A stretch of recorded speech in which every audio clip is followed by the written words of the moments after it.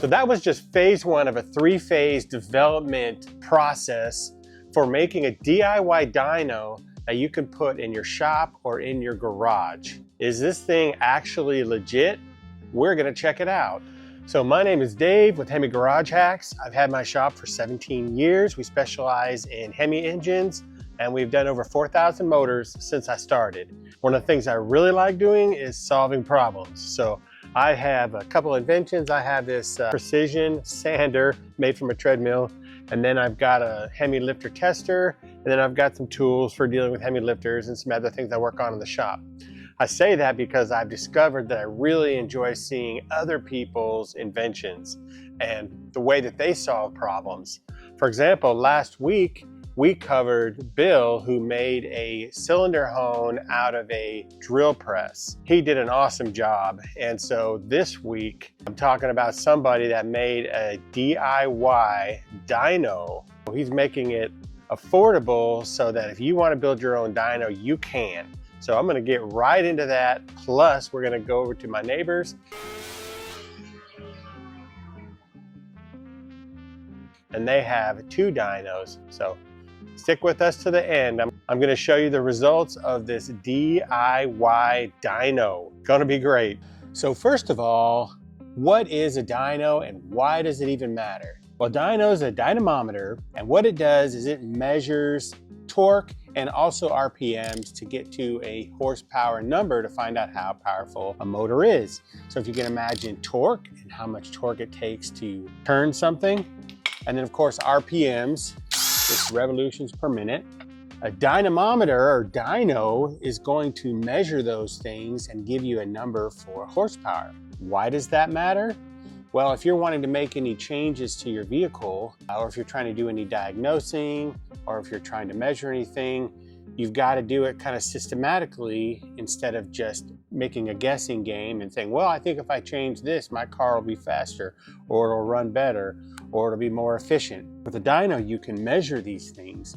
So you can put it on a dyno and then you can make some changes. You change the exhaust, change the tune, change the cam, port and polish the heads, just different things. You can do experiments and you can put it back on the dyno and you can measure the impact of what those changes are. It's very, very cool.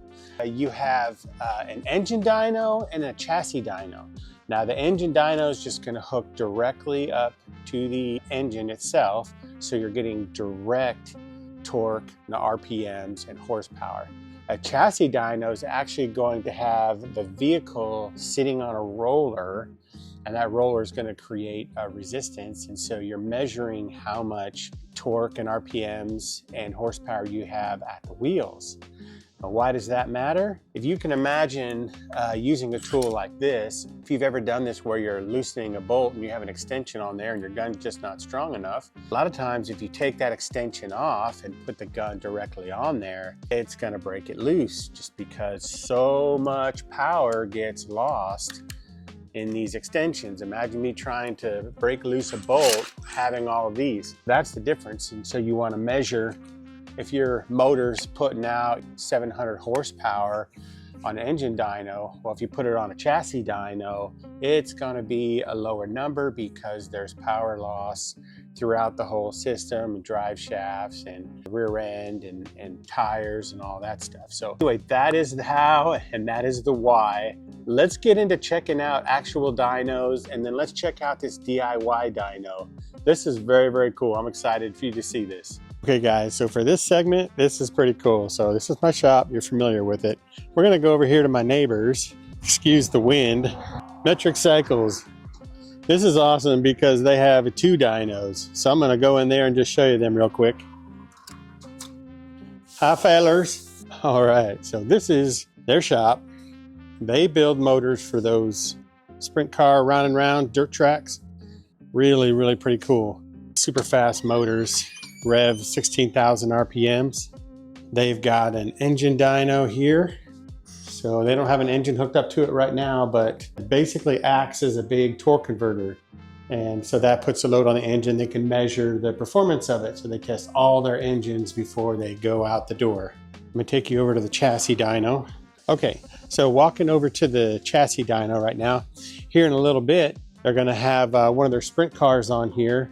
You've got a DynoJet dyno. So this is eddy brake dyno. The other one is water brake. So we'll be showing you this in a minute. Here you've got the laptop. That's where he's going to do the tuning. And then his data will show up here on the screen so he can make his adjustments, get his numbers, and pretty cool setup. And it's awesome if you can stand by it when they're doing the testing. Man, what a rumble. It's amazing. We'll go right to that here in just a minute. So we just fired up the car. Now we're going to get to testing it. These are about 130 horsepower, about 700 pounds, and can rev them up to 16,000 RPM.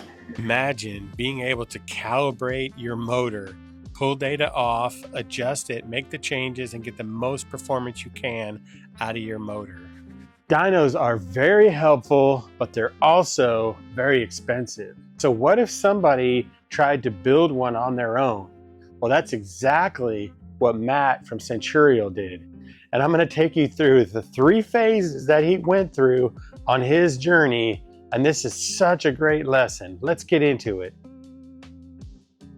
Be an engine dyno. The way we're going to test the engine is by using a rotor and a caliper directly mounted to the crank, a load cell and an RPM sensor to give us our data, and with a little bit of math we'll be able to do some calculations like how much horsepower it has. And if this works, you guys are going to be shocked at how budget friendly it is. That's right, this is the beginning of the DIY engine dyno.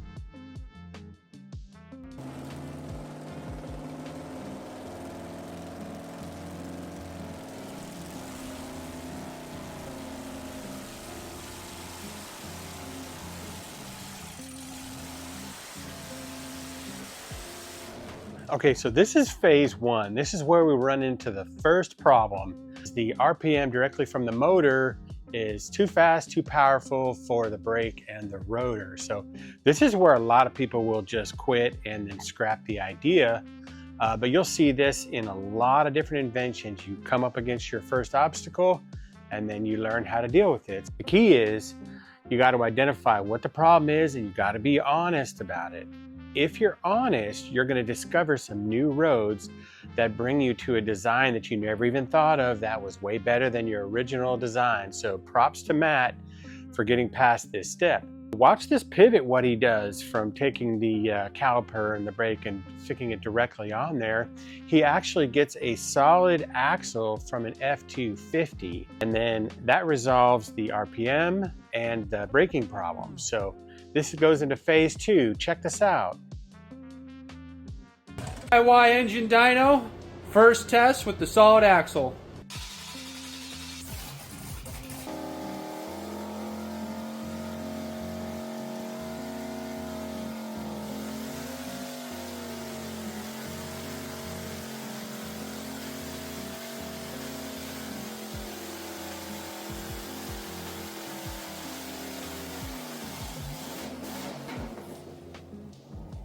Okay, that was a good pull. Let me show you how it works. We have a load cell that's underneath the axle. We apply the brakes, the axle tries to rotate around the drive shaft there, so that's how we're getting load. So there's a little bit of math there, and you can see a pivot right there on that side.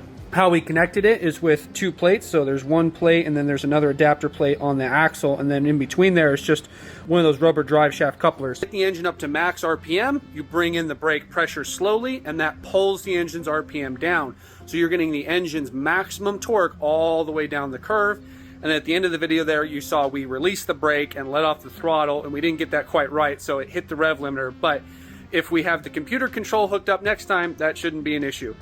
Okay, before we get back to the next phase, I'm going to take a quick second and mention something. Down below, we have a link. If you love solving problems or you love seeing problems get solved, you can submit that down below. I love seeing this stuff. I don't care if it's a big machine or if it's something small like this that I made. Love to see that stuff. There's a lot of just creative problem solvers out there, and I would love to see your stuff, and other people would love to see it too. So you can click the link down below and make a submission, and we might be featuring that on our channel, which would be awesome.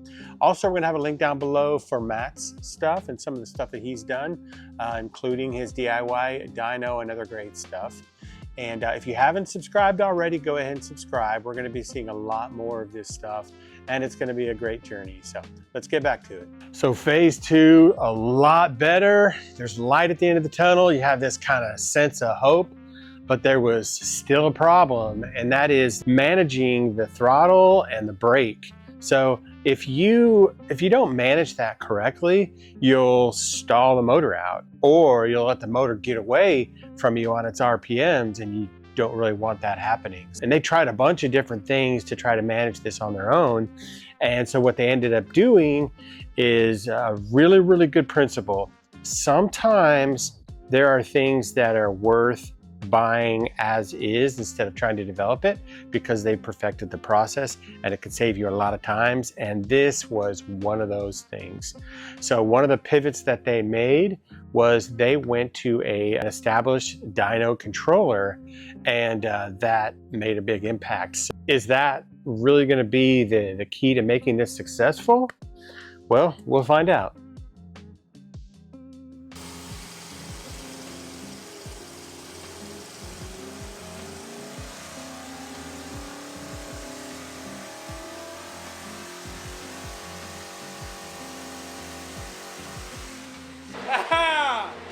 That was it.